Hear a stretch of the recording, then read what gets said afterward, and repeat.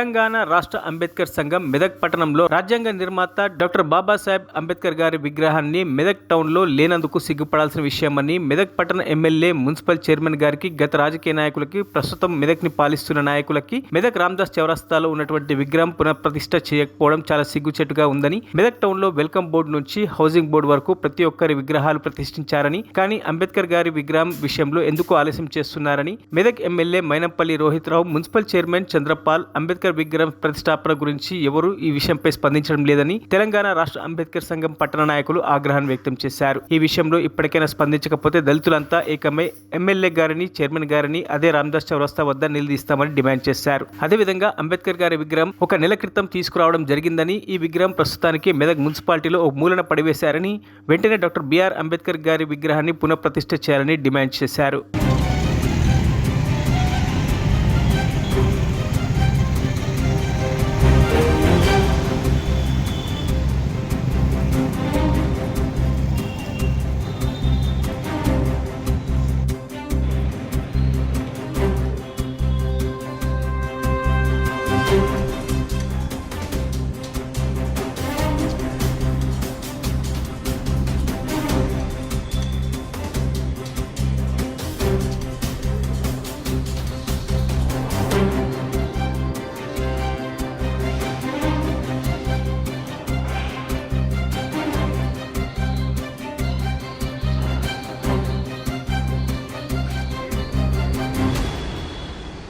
మరిన్ని అప్డేట్స్ కోసం మా ఛానల్ని సబ్స్క్రైబ్ చేయండి.